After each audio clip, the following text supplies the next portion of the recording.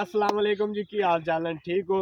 मैं ਤੁਹਾਡਾ ਯਾਰ ਵੀ ਡਾਕਟਰ ਚਮਨ ਸ਼ੁਦਾ। ਤੁਸੀਂ ਵੇਖ ਰਹੇ ਹੋ ਸਾਡਾ YouTube ਚੈਨਲ CHP TV ਤੇ ਅੱਜ ਅਸੀਂ ਯਾਰ ਨਾ ਵਲੌਗ ਕਰ ਰਹੇ ਹਾਂ। ਇੱਥੇ ਨਾ ਮੁਰੱਬੇ ਤਮਾਕੂ ਲਾ ਰਹੇ ਹਾਂ ਤੇ ਮੈਂ ਕਿਹਾ ਚਲੋ ਜਿਹੜੇ ਬੰਦੇ ਇਸ ਦੇ ਸ਼ੌਕੀਨ ਹਨ ਸਿਗਰਟ ਨਵੈਸੀ ਦੇ या मतलब तम्बाकू का तम्बाकू आजकल महंगा हो गया। मेरे ख्याल है आमिर कितने का हो गया? अच्छा जी, ते सुन लो ते जेड़े इस चीज़ दे शौक रखते हैं चलो उन्हें जे इस इंटरव्यू का फायदा हो जाए कि तुसी आदा भी गढ़ सकते हो, उन्होंने सुका ते फिर एज ए यानी कि हुक्के विच इस्तेमाल कर सकते हो, ये जिवें ही तुहानू तम्बाकू ने इस्तेमाल करना कर सकते हो। ते ए जी असां पहली बीज रहे हैं तम्बाकू दी। अभी तुसी पानी वेख रहे ने, आए साडा यार जनाब आमिर भट्टी साहब और साडा ओदे साडा जेड़ा बुजुर्ग जनाब बुजुर्ग नहीं अली कैला बूढ़ा है साडा जी ते 17 साल उम्र दसदा है आपदी जफर अली भट्टी साहब। तुहाडे नाल उन्हां दी मुलाकात कराइने है ते उन्हां को मुख्तसर जे इंटरव्यू लैदन दसने हैं भी तम्बाकू दी फसल किन्ने दिनां तैयार होंदी है। जेड़ा गन्ने दा कमाद है बहुत अच्छा खड़ा है। हां जी, ते तम्बाकू की फसल कितने दिन तैयार होंदी, कितना खर्चा हो जाता है ते किस तरीके की खिदमत, क्योंकि खिदमत तो बगैर तो कुछ भी नहीं होता। रुन्ने बगैर अम्मा भी दुध नहीं देंदी ते इस तरीके दा मिलने आओ चलन दे। बाकी मैं कमान वगैरह भी उन्हें बीजे हुए हैं ते ये चीज़ वाही खेती बाड़ी के बारे ना यानी कि सब्जियां हो गई अपना हर तरह की जेडे ने खेती बाड़ी दे उन्होंने बहुत तजुर्बा एक्सपीरियंस बहुत है।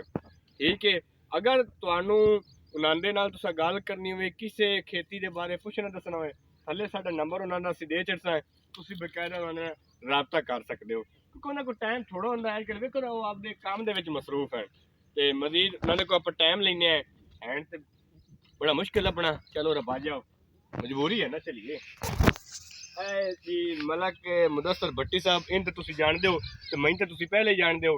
अजकल ये यूट्यूब ते वाह आ जा रहा है साडे नाल काम कर रहा है CHP TV ते ये जनाब इत्थे असीं अज सारे इकट्ठी टीम साडी आई है काम कराने वास्ते ते बकायदा दानू दस रहे हैं कि असीं अज कर रहे हैं ते हुण पहले मुलाकात आपां आमिर सुहेल नाल करने हैं।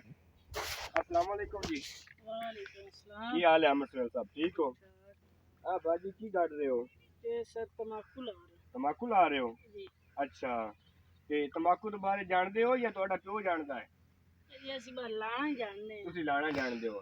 अच्छा जी आमिर सुहेल साहब कहते हैं कि मेरे वालिद साहब को ज़्यादा तजुर्बा है क्योंकि मैं तो अक्सर काम धंधे से निकल जाना, लेकिन वो बड़ी ज़्यादा खेती की शौक रखते हैं। इस तरीके खेती को पालते हैं यानी कि फसल को पालते हैं जिस तरीके एक वालदैन आदे बच्चों को टाइम देता है तद ही जड़ा ना फसल आदे टाइम टेबल के नाल पहुँचती है। तो ये जफर अली भट्टी साहब ने रबता कराइने बकायदा मुलाकात कराइने तो उन्होंने को आप पूछना जी जी मुख्तसर की गल होनी है भी ये तम्बाकू की फसल कितने दिन तैयार होती है यानी कितने महीने तैयार होती है तो कितने के इस स्ट्रगल मेहनत करनी पड़ती है ताकि जेडे दोस्त भाई खेती बाड़ी का शौक रखते हैं या फसल तम्बाकू की शौक रखते हैं ताकि उन्होंने वास्ते आसानी हो जाए। चलो आ तुम मिलेंगे।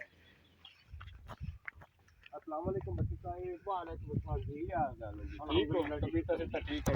अच्छा भट्टी साहब गल है कि साढ़े कुछ ऐसे दोस्त हैं जो तम्बाकू नवैशी का शौक रखते हैं क्योंकि महंगाई का दौर है कोई बंदा अफोर्ड नहीं कर सकता और शौक रखता है गड्ढण का ते उन्होंने तुसी की दसो भी कितने दिन की फसल तैयार होंदी ते किस तरीके होंदी है जी? ये डॉक्टर साहब 3 महीने का फसल है। हाँ जी अभी खुद काश करने हैं ठीक है और लोगों ने भी दसने हैं। ठीक है पहले दी पनीरी बिजली पैंदी फिर अगे पहली बना के गड्ढना पैंदा ए जी जेडी उन्होंने हाथ नजर आ रही है ना व्यूज ये तंबाकू दी पनीरी है।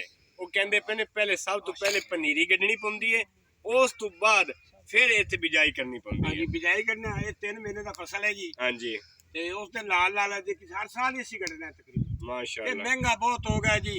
हाँ जी ते ਇਹਦੀ ਦੋਹਰੀ ਸਾਨੂੰ बचत ਇਹਦੇ ਵਿੱਚ ਅਸੀਂ ਕਮਾਦ ਵੀ ਲਾ सकने हैं। ठीक है जी अगर कमाद है नरमा भी हो सकता है।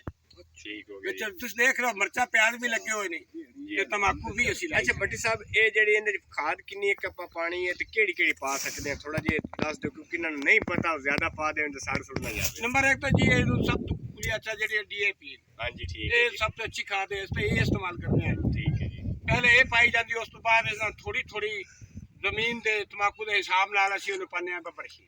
वेरी गुड ये जिस मतलब एडा एडा हो जाता पौधा हाँ जी उस बब्बर शेर पानी चाहिए। ਬੱਬਰ ਸ਼ੀਰ ਪਾਣੀ ਚਾਹੀਦੀ ਉਸ ਤੋਂ ਬਾਅਦ ਜਨਾਬ ਇਹਦੀ ਖਸੂਸੀ ਤੌਰ ਤੇ ਸਪਰੇਅ ਦਾ ਖਿਆਲ ਕਰਨਾ ਪੈਂਦਾ ਕਿ ਇਹਨੂੰ ਕਾਲੀ ਜਿਹੀ ਕਬੂੰਡੀ ਪੈਂਦੀ ਹੈ ਅੱਛਾ ਅੱਛਾ ਅੱਛਾ ਤੇ ਅਮਰ ਦੂਰ ਦੁਲਾ ਉਸ ਦੇ ਬਾਅਦ ਜਨਾਬ ਨਾ ਇਹਦੀ ਕਲੀ ਨਿਕਲ ਆਵੇ ਨਾ ਹਾਂਜੀ ਤੇ ਤਕਰੀਬਨ ਇਹ ਚੌਥੇ ਤੋਂ ਪੰਜਵੇਂ ਦਿਨ ਦੀ ਕਲੀ ਬੰਨਣੀ ਪੈਂਦੀ ਹੈ 4 ਕਲੀਆਂ ਇਹ ਤਕਰੀਬਨ 5 ਲੈਂਦਾ ਹੈ ਮਾਸ਼ਾਅੱਲਾ ਜੀ ਇਹ ਜੀ ਭੱਟੀ ਸਾਹਿਬ ਨੇ ਕੀਮਤੀ ਟਾਈਮ ਹੀ ਤੁਹਾਨੂੰ ਟਾਈਮ ਦਿੱਤਾ ਬਾਕੀ ਗੱਲਾਂ ਜਿਸ ਟਾਈਮ ਤੁਹਾਨੂੰ ਇੰਟਰਵਿਊ ਚੰਗਾ ਲੱਗੇ ਪਸੰਦ ਆਵੇ ਤੁਸੀਂ ਦੁਬਾਰਾ ਕਮੈਂਟ ਕਰਿਆ ਹੈ ਕਿ ਸਾਨੂੰ ਇਹ ਚੀਜ਼ ਦੁਬਾਰਾ ਜਿਹੜਾ ਨਾ ਇੱਥੇ ਇੰਟਰਵਿਊ ਕਰਾਇਆ ਜਾਏ ਜਿਸ ਤਰੀਕੇ ਵੱਡੇ ਪੌਦੇ ਉਸ ਨੇ ਅਸੀਂ ਤੁਹਾਨੂੰ ਇੰਟਰੋਡਕਸ਼ਨ ਜ਼ਰੂਰ ਕਰਾਈ ਸਾਂ ਬਾਕੀ ਤੁਹਾਨੂੰ ਅਸੀਂ ਵਿਖਾ ਦਿੰਦੇ ਆ ਕਿ ਲੱਗ ਕਿਵੇਂ ਰਿਹਾ ਉਸ ਦੇ ਨਾਲ ਨਾਲ ਬਾਕੀ ਦੀਆਂ ਸਬਜ਼ੀਆਂ ਵੀ ਬੀਜੀਆਂ ਗਈਆਂ ਨੇ घिया तोरी है भिंडी है कद्दू करेला ये वो सी सारी सब्जियां खुद बीजना खुद अपने खाने वास्ते ते सारे दोस्त भाई भी खाने ने असी भी खाने फालतू होए ते बेच भी लेने ਇੱਥੇ ਪਿੰਡ ਤਾਂ ਤੇ ਅਗਰ ਇੱਕ ਫਸਲ ਨਾ ਬੀਜੀ ਜਾਵੇ ਜਿਹੜੇ ਸ਼ਹਿਰਾਂ 'ਚ ਬੈਠੇ ਨਾ ਵੱਡੀਆਂ ਗੱਡੀਆਂ ਵਾਲੇ ਵੱਡੀਆਂ ਕਾਰਾਂ ਵਾਲੇ ਅਗਰ ਅਸੀਂ